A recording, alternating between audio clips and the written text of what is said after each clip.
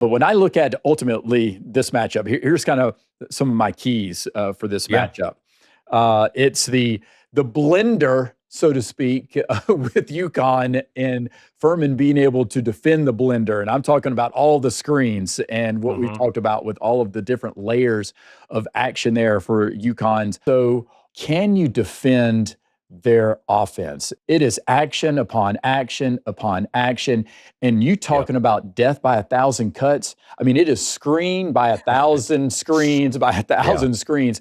I mean, it is ridiculous when you watch the film how many times they just continue to use ball screens, Yeah. elevator gates, all of the different aspects, Iverson cuts. I mean, they're all in their offense, and that's going to be very difficult for Furman to defend.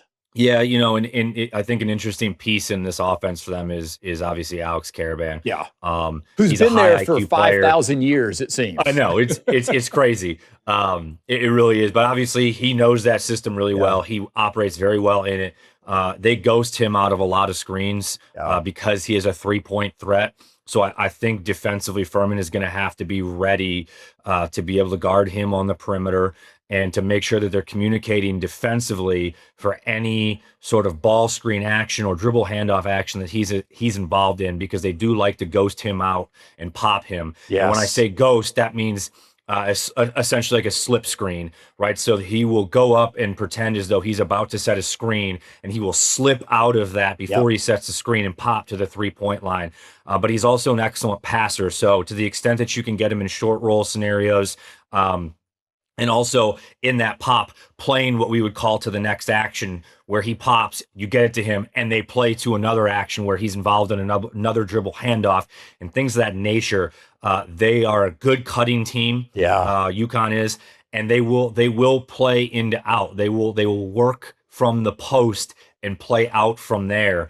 But they have a very convoluted offense, and they will run a lot of we call misdirection, Yeah.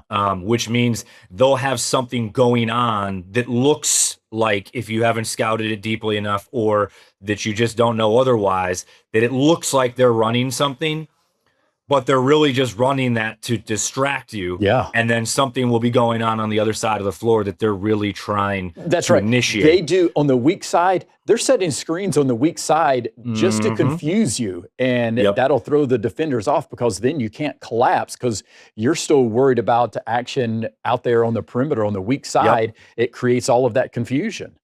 It does. And what that does as well, Richmond, is it gets the defensive, especially weak side defense, it gets them moving and they're focused more so on Yes. that action. And then there's not as much help side That's there right. for the action that is on the other side. And so, look, they're excellent at it. They have been excellent at it. That is certainly going to be a challenge for Furman defensively. But I really want to see how they guard Alex Caravan, because No he is doubt. going to be playing on the perimeter a lot more than most 6'8", 6'9" guys that Furman has seen all year. Yeah. And I do think that creates a mismatch for UConn. Furman's going to have to be able to play defense for the entire shot clock. They Now, are. I'm not saying that UConn is a type of team that's going to milk the entire shot clock, but you have to be mentally ready Yes. to guard for 30 seconds, because they are going to put you through the ringer and they're going to put you through a lot of stuff. And so you have to be very mentally sharp defensively